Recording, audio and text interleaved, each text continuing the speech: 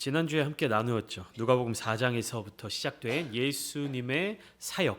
그러니까 나사렛에서 사역을 시작하신 예수님께서는 자기의 사역 목적, 자신의 의도를 분명하게 알려주셨습니다. 그것은 무엇이냐면 모든 사람들을 구원하는 것을 목표로 가난한 자에게 복음을, 또 포로된 자에게 자유를, 눈먼 자에게 다시 보게 함을 전파하고, 또 눌린 자를 자유롭게 하고 주의 은혜의 해를 전파하게 하려 함이니라. 이렇게 누가복음 4장 18절 말씀을 통해서 이사야 61장의 말씀을 인용한 메시지를 가지고 예수님의 공생의 사역의 목적에 대해서 구체적으로 알려주셨습니다. 이것을 요약하면 세 가지로 요약할 수 있다라고 말씀을 드렸는데요. 첫 번째는 무엇이냐면 가르치시는 사역입니다. 두 번째는 전파하시는 사역입니다. 전도하시는 사역, 전파하시는 사역이고요. 세 번째는 고치시는 사역입니다. 가르치심, 전파하심, 고치심. 영어로는 teaching, preaching, healing이라고 말씀을 드렸습니다. 예수님께서 이러한 사역들을 계속해서 해 나가실 때 예수님을 반대하는 사람들이 생겨날 것이고, 그리고 예수님을 반대하는 모든 사람들과 세력들은 바로 예수님을 원수로 여기게 될 것을 또한 알려주셨습니다.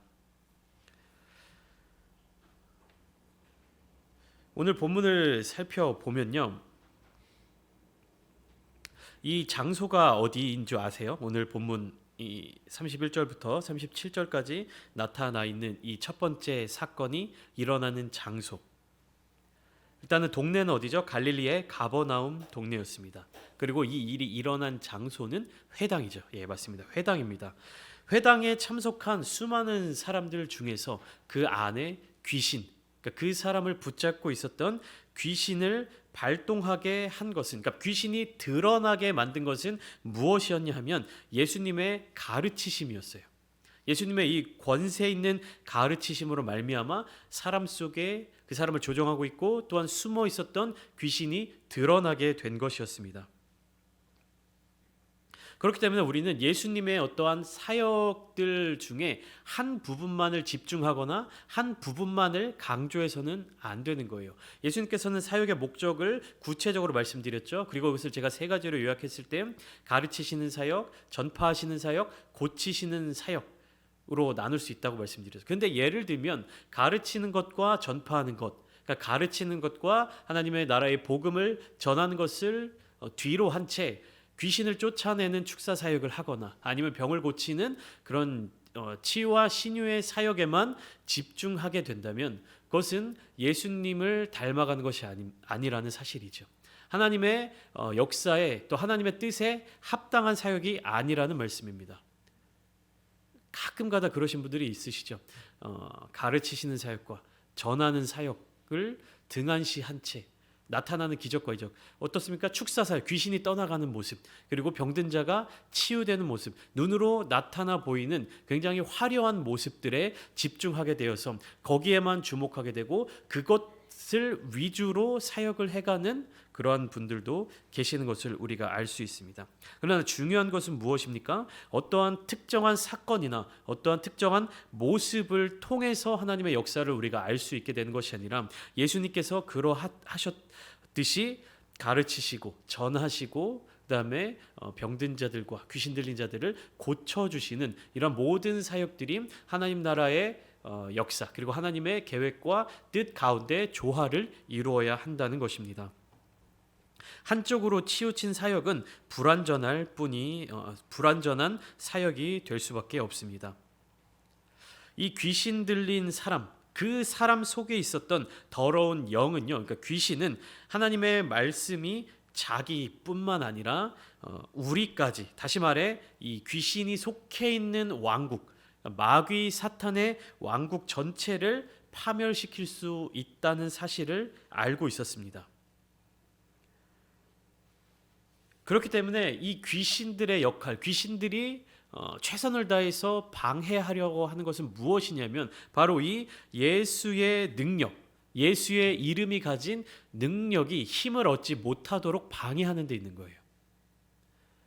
그러니까 귀신은, 마귀는 예수 그리스도를 이길 수 없다는 사실을 알고 있습니다. 그렇기 때문에 예수 그리스도의 능력을 눌러서 그 능력을 이기려는 것을 목표로 하는 것이 아니라 무엇을 하냐면 우리 믿는 그리스도인들이 또한 구원의 대상들이 그 예수 그리스도의 이름, 그 능력을 사용할 수 없게끔 만드는 데 사력을 다하고 있다는 사실입니다. 지금 본문 가운데에서 이 귀신은 자기의 능력으로 예수의 능력을 이길 수 없다는 사실을 알고 있었습니다. 그렇기 때문에 예수의 권세 있는 이 말씀은 단 한마디의 말로 그 귀신을 그 사람으로부터 빠져나오게끔, 그리고 그 사람을 놓아주게끔 만들었던 것이죠. 그 사람은 경련을 일으키며 바닥에 쓰러졌지만 곧 자유를 얻게 되었습니다. 우리는 이러한 본문들을 통해서 예수님의 사역의 방향성, 그리고 예수님께서 그 사역을 하시면서 갖고 계셨던 그 마음을 알아갈 수 있어야 합니다. 그리고 또 더 나아가서 우리는 오늘 본문을 통해서 예수님의 사역 하루 일과를 살펴볼 수 있어요. 예수님의 하루는 어떠하셨는지, 예수님의 시간은 과연 어떻게 이루어져 있는지, 예수님께서는 자기에게 주어진 그 하루의 시간, 그리고 주어진 그 시간마다 어떻게 그 시간을 보내셨는지를 우리가 살펴보면서 예수님을 따라 살아가는 그리스도인들이 되어야 할 줄 믿습니다. 31절부터 보면요, 정보가 나오고 있어요. 갈릴리의 가버나움 동네에 내려오사 안식일에 가르치셨다. 어디에서 사역을 하시고 가버나움 동네로 이르신 겁니까? 지난 시간에 나사렛. 나사렛은 예수님께서 자라나신 곳이죠. 그러니까 고향과도 같은 곳입니다. 출생은 베들레헴에서 출생을 하셨지만 실질적인 고향이 나사렛이었죠. 그래서 그 나사렛에서 거의 쫓겨나오셔서 떠나 갈릴리의 가버나움이라는 동네로 내려오셨습니다. 여기에서도 마찬가지로 예수님은 안식일에 가르치셨어요. 좀 올려주시겠어요? 안식일에 가르치시는 모습이 나타나고 있습니다. 회당에서 가르치셨는데 예수님의 가르치심에 사람들이 놀랐습니다. 놀란 이유가 32절에 나타나 있는데 뭐라고 나와 있죠? 그 말씀이 권위가 있음이더라. 말씀에 권위가 있었기 때문에 사람들이 그 가르치심에 놀랐습니다. 우리가 기억을 더듬어 보면 지난주에 함께 나누었던 나사렛에서 예수님이 가르치시는 모습을 보았을 때도 사람들이 놀랍게 여겼다라고 기록되어 있었습니다. 나사렛에서 예수님은 가르치셨고 사람들은 놀랐습니다. 그러나 나사렛에서 그 예수님의 가르치심을 들은 사람들은 듣고 놀랐을 뿐만 아니라 크게 화가 나서 예수님을 죽이려고까지 하였죠. 그렇기 때문에 나사렛에서 예수님은 가르치시는 사역만 할 수밖에 없으셨습니다. 가르치고 전파하고 고치시는 사역들을 하셔야 하는데 나사렛에서는 가르치시는 사역만을 하셨습니다. 사람들의 반대로 인해서 다른 사역들은 하실 수가 없으셨죠. 반면에 오늘 기록되어 있는 가버나움에서의 사역은 예수님의 가르치심으로 시작하고 있는데 그 가르치심에 누가 반응을 하냐면 귀신이 반응하였습니다. 그리고 그 귀신이 반응하는 이유가 무엇입니까? 말씀이 권위가 있었기 때문에. 귀신이 외치는 소리는 34절처럼 나타나고 있습니다. 나사렛 예수여, 우리가 당신과 무슨 상관이 있나이까? 우리를 멸하러 왔나이까? 나는 당신이 누구인 줄 아노니 하나님의 거룩한 자니이다 라고 이야기하고 있습니다. 귀신 들린 그 사람의 입술을 통해서 그 사람을 지배하고 있는 귀신이 예수님을 향해서 말을 하고 있는 것이죠. 마치 귀신이 예수님을 향하여서 신앙 고백을 하고 있는 것처럼 보여요.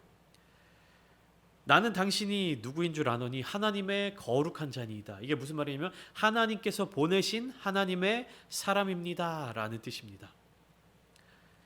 이게 신앙 고백을 하는 것처럼 보이는 이 말은 사실상 어떤 의미를 갖고 있냐면 예수님과 하나님의 관계성, 밀접한 연관이 있으시다.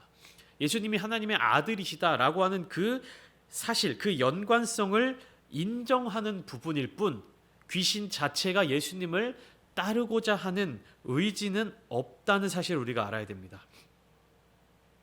말만 보면 나사렛 예수여 라고 이야기하고 당신은 하나님의 거룩한 자니이다, 당신은 하나님의 아들이십니다 라고 이야기하는 이 이야기의 그 문구만 보고 우리가 귀신도 이러한 어떤 신앙 고백적인 이야기를 하는구나 라고 생각할 수 있는데, 귀신은 예수님을 향한 신앙 고백을 할 수가 없죠. 우리가 이 본문을 통해서 중요하게 묵상해야 하는 부분은 무엇이냐면, 귀신이 하는 말을 우리 믿는 그리스도인들이 하고 있지 않은가라는 부분이에요. 보세요. 믿는 그리스도인인 우리가, 하나님의 자녀된 우리가 이러한 귀신과 같은 신앙 고백을 하고 있지는 않은가. 예수님은 하나님의 아들이십니다 라는 고백, 예수님은 하나님의 아들이십니다, 예수님은 하나님의 사람이십니다, 예수님은 하나님께서 보내신 분이십니다 라고 하는 이 사실을 우리가 알고 있죠. 근데 그 아는 것이 믿음으로 이어지고 나의 신앙 고백이 되기 위해서는 반드시 필요한 것들이 있어요. 근데 교회를 다닌다고 하는 사람들이, 예수님을 믿는다고 하는 사람들이 이 귀신이 하는 말과 같은 신앙 고백만을 하고 그들의 삶에 있어서, 그들의 신앙 생활에 있어서 본질적인 부분을 갖추지 못하는 사람들이 있다는 사실입니다. 귀신도 예수님이 하나님이 보내신 거룩한 자라는 사실을 알고 있었습니다. 그러나 중요한 것은 아는 것으로 끝나지 않아야 한다는 사실이죠. 아는 것으로 끝나면 아무 의미가 없습니다. 우리가 교회에서도 배우고 또 신앙생활의 어떤 성장을 위해서 노력하고 교육하고 기도하고 함께 예배드리고 공동체 생활을 하면서 다양한 모습들을 가지고 있는데, 중요한 것은 우리가 그렇게 아는 것으로 끝나는 것이 아니라 그 아는 것이 우리의 삶의 모습이 되어야 한다는 것이죠. 우리가 수요일마다 나누고 있습니다만 출애굽기에 등장하는 바로 왕이 어떻습니까?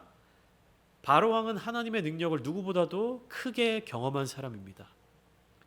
그리고 지난 시간에 배웠듯이 자기의 죄악된 모습을 고백하기도 했습니다. 7번째 재앙을 맞이하면서 내가 죄를 범하였나이다, 내가 범죄하였나이다, 내가 잘못했습니다.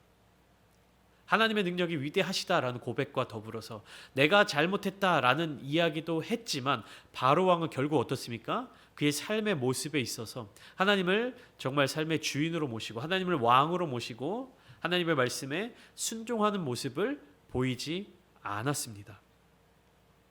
그렇게 그는 10가지 재앙을 다 겪게 되었고 많은 고통을 받게 되었고, 그가 의도하든 의도하지 않든 이스라엘 백성들을 애굽 땅으로부터 자유케 하는 그러한 일들을 겪게 되었습니다.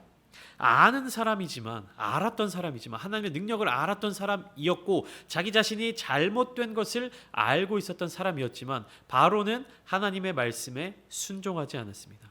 이것이 무엇을 뜻합니까? 하나님을 왕으로 모시지 않았다라는 사실이죠. 오늘 본문에 나타나고 있는 귀신도 마찬가지입니다. 예수님에 대해서 너무나도 잘 알고 있었어요.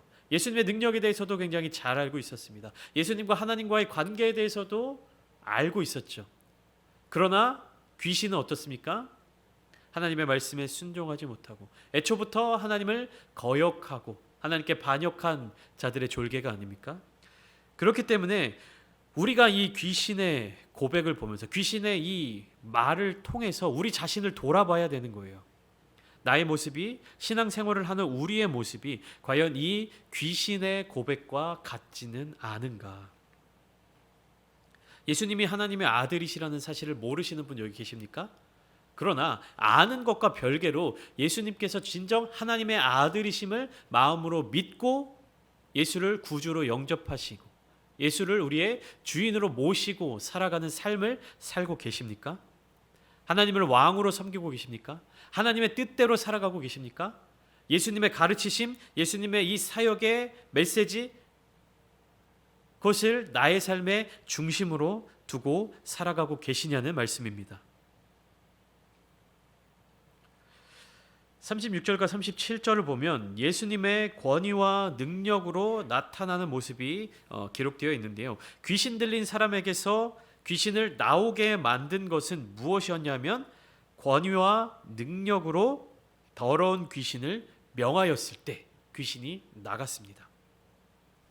누구의 권위와 누구의 능력입니까? 예수님의 권위, 예수님의 능력입니다. 이 권위와 능력을 우리에게도 주셨습니다. 그렇기 때문에 우리는 우리의 힘과 우리의 노력과 우리의 능력으로 이런 일들을 행하는 것이 아니라 예수님의 권위와 예수님의 능력으로 행해야 되는 거예요. 그러니까 나의 노력으로 할 수 없다라는 것은 내가 노력하지 않아도 된다, 내가 아무것도 하지 않아도 된다, 이런 의미가 아니라 나의 힘을 빼고 나의 어떤 노력이나 나의 능력을 다 빼고 예수님의 힘과 예수님의 능력으로 살아가는 노력을 하라는 겁니다. 그런 삶을 살아가는 거예요. 내가 나의 노력, 나의 힘을 빼고 주님께 모든 것을 맡겨드려라 라고 하는 얘기는 뭐냐면 내가 신앙생활을 하면서 아무것도 안 해도 된다라는 메시지가 아니라 내가 하려고 하는 생각, 내가 하려고 하는 그런 노력, 나의 능력으로 하려고 하는 모든 생각들을 내려놓고 무엇으로 살아가야 된다는 겁니까? 예수님의 능력으로, 예수님의 권위로, 예수님의 생각으로 하나님 아버지의 마음을 가지고 살아가야 한다는 것입니다. 우리에게 이 예수님의 권위와 능력이 없으면 이 귀신들, 이 세상과 맞서 싸울 수가 없습니다. 세상과 맞서 이길 수가 없습니다. 나는 그런 거에 대해서 내가 잘 알고 있어. 내가 이길 수 있어. 내가 그런 것들을 다 피해갈 수 있어. 이렇게 해서 이길 수 있는 대상들이 아니라는 사실입니다.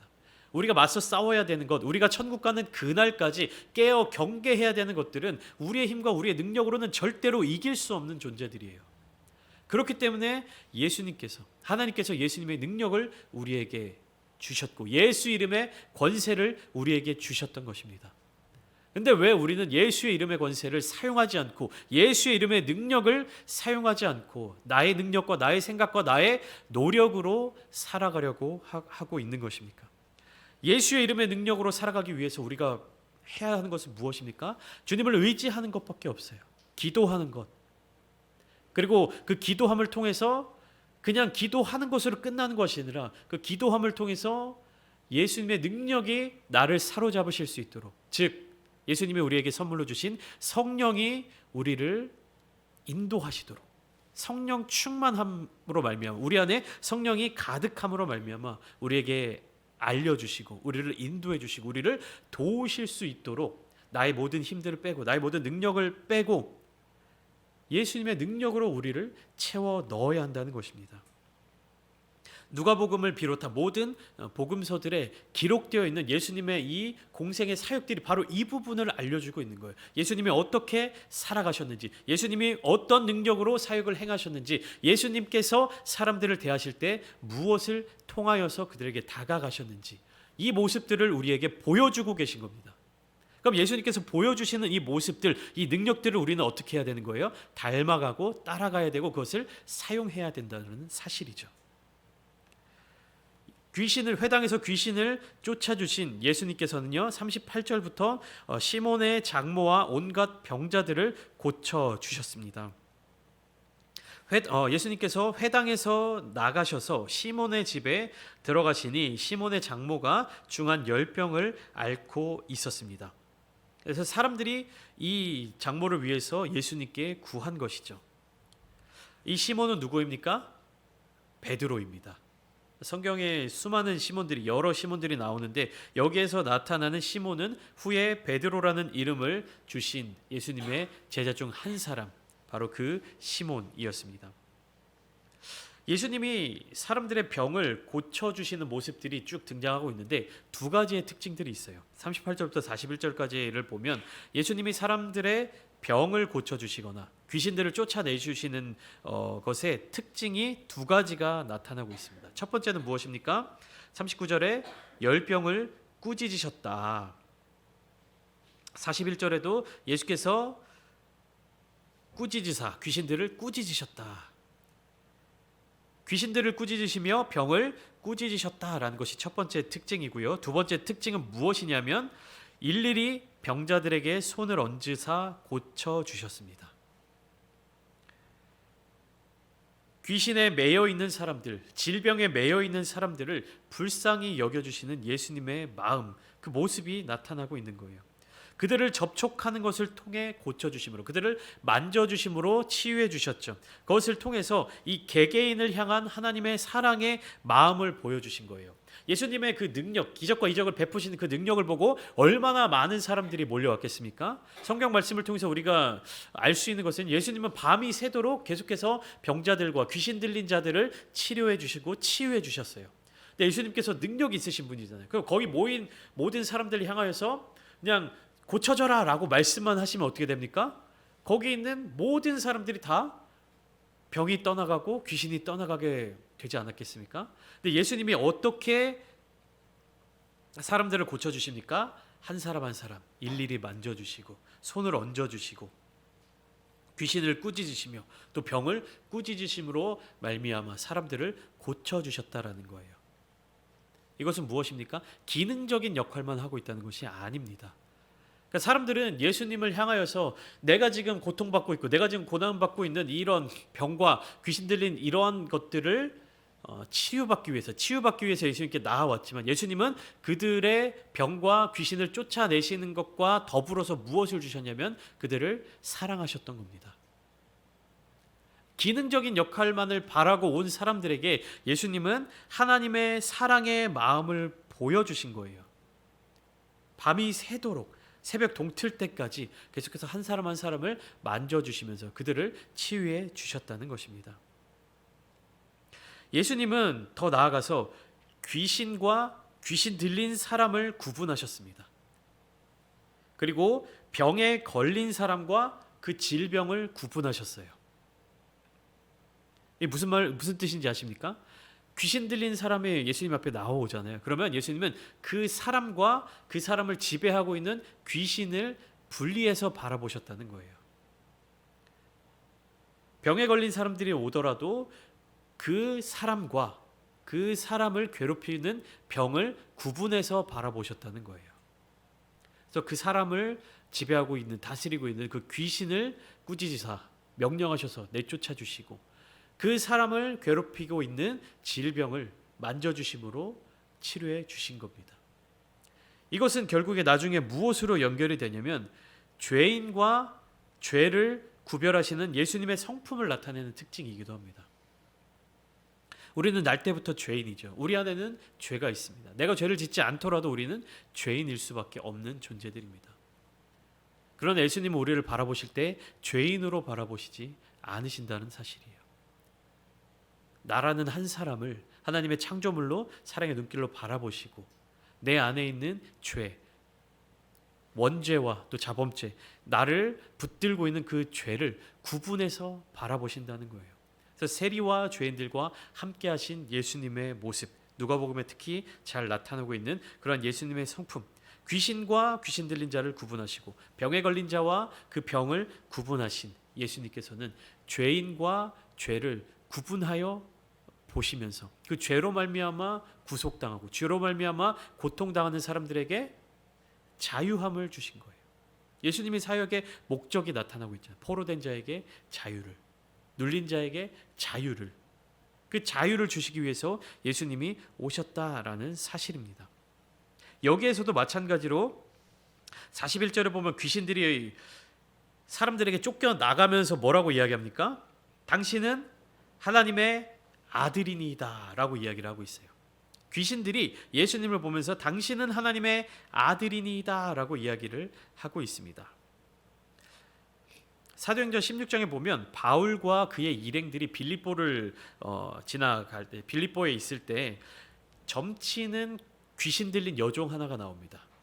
어떤 사람의 여종이 귀신 들려가지고 점을 보는 여종이 있었는데 그 소녀가 계속해서 바울 일행을 따라다니면서 뭐라고 이야기를 하냐면 이 사람들은 지극히 높은 하나님의 종으로서 구원의 길을 너희에게 전하는 자들이다 라고 이야기를 합니다.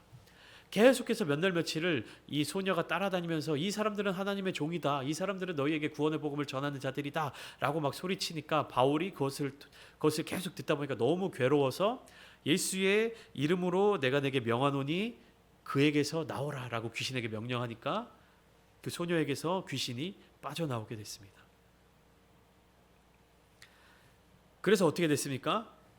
그 귀신 들린 점치는 여종으로 말미암아 돈을 벌던 그 소녀의 주인이 바울과 그 일행들을 고발하고 잡아다가 이제 감옥에 갇히는 그러한 일들로 이어지게 되었죠. 근데 이것도 마찬가지로 무엇입니까? 귀신들도 아는 거예요. 예수님이 하나님의 아들이심을, 그리고 예수 이름의 능력에 대해서 아는 거예요. 그러나 말씀드렸던 것처럼 아는 것에서 그치는 것이 아니라 행함으로 이어져야 하는 겁니다. 아는 것에서 그치는, 우리가 착각하는 것이요, 우리가 많이 안다고 하는 것, 우리가 지식적으로 깨달았다라고 하는 것을 믿음이라고 생각할 수 있다는 겁니다. 그러나 믿음은 아는 것이 아니에요. 내가 안다라고 생각하는 것이 믿음이 아닙니다. 믿음은 반드시 무엇으로 연결되어야 되는 겁니까? 행함으로 연결되어야 하는 것입니다. 변화로 연결되어야 하는 것입니다. 마지막으로 42절부터 44절까지의 말씀을 보면 여기에 예수님의 사역의 목적에 대해서 예수님이 직접 말씀하시는 장면들이 나타나고 있습니다. 42절을 보면 날이 밝음에 예수께서 나오사 한적한 곳에 가시니라고 되어 있습니다. 아마도 예수님의 치유 사역은 밤이 새도록 진행되었을 것입니다. 그래서 새벽 동틀 무렵에 예수님께서는 이 사람들을 떠나서 한적한 곳에 가셨는데, 누가복음에는 기록되어 있지 않지만 마가복음에는 뭐라고 기록되어 있냐면 예수님께서 기도하러 한적한 곳으로 가셨다라고 되어 있습니다. 예수님께서 사역을 마치시고 사람들로부터 떨어져 나와서 한적한 곳으로 가신 이유는 쉬시기 위해서, 휴식을 갖기 위해서가 아니라 하나님께 기도하기 위해서.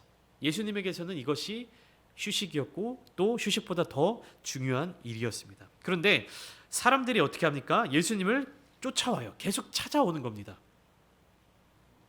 무리들은 끝까지 예수님을 찾아가서 무엇을 요청하고 있냐면 자기들에게서 떠나시지 못하게 만류하고 있는 모습을 보여주고 있는 것입니다. 제가 수요예배 때도 말씀드렸죠. 기도란 무엇이냐? 기도란 하나님을 나의 뜻대로 움직이는 도구, 움직이게 만드는 도구가 아니라 하나님께서 이루시는 역사 가운데 나를 참여시켜 달라는 요청이다라고 말씀을 드렸습니다. 예수님으로 인하여서 병고침을 받고 귀신들을 쫓아내는 기적을 경험한 사람들이 예수님을 찾아 붙들면서 무엇을 요청하고 있는 겁니까? 자기들에게서 떠나시지 못하도록 만류하고 있는 것입니다.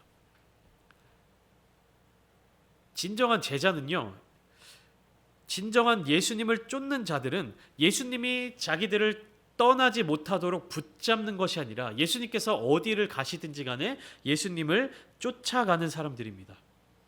가버나움에 있는 이 사람들은 예수님이 자기들과 함께 있을 때 병든 것들이 떠나가게 되고 귀신 들린 자들이 귀신이 떠나가게 되고 이러한 회복을 경험하고 자기들에게 유익이 되니까 예수님을 떠나시지 못하게 붙잡으려고 하는 거예요. 근데 이것은 제자들의 모습이 아닙니다. 제자들의 모습은 무엇입니까? 예수님을 나를 위해 이용하고 예수님을 나를 위해 붙잡아 두는 것이 아니라 예수님이 어디로 가시든지 간에, 그리고 예수님이 어디로 가라고 명령하시든지 간에 그곳으로 가는 사람, 예수님을 쫓아가는 사람, 바로 그 사람이 제자인 것입니다. 예수님의 사명은 가버나움이라는 이 한 도시에 머무르시는 것이, 한 동네에 머무르시는 것이 아니라 다른 모든 동네들에서도 하나님의 나라 복음을 전하시는 것이었습니다. 예수님께서는 어디에 계시든 무엇을 하시든 온전히 하나님의 뜻을 위하여 살아가셨습니다. 하나님의 뜻을 위하여서 살아가셨던 예수님처럼 예수님의 뒤를 따르는 우리 그리스도인들의 의미가 무엇입니까? 예수님을 따르는 자들이죠. 예수님의 뒤를 따르는 우리 그리스도인들 또한 우리의 사명을 잘 붙들고 예수님을 붙들고 예수님을 쫓아 살아가야 할 것입니다. 오늘 이 시간 함께 기도하실 때 예수님의 사역의 모습, 그리고 예수님께서 그 사역을 통하여서 이루시려는 바가 무엇인지를 깨달으시고, 우리가 기도하는 목적, 우리가 신앙생활을 하는 목적, 우리가 우리의 신앙생활과 기도를 통하여서 무엇을 이루어야 하는지, 하나님의 마음이 어디에 있는지, 43절 말씀처럼 하나님의 나라 복음을 전하는 것을 사명으로 여기시고 그 사명을 끝까지 붙드셨던 예수님처럼 우리 또한 하나님의 마음, 하나님 나라의 복음을 위하여서 끝까지 기도하기를 쉬지 않고 주님께로 나아가는 모든 성도님들이 다 되시기를 주님의 이름으로 축원합니다.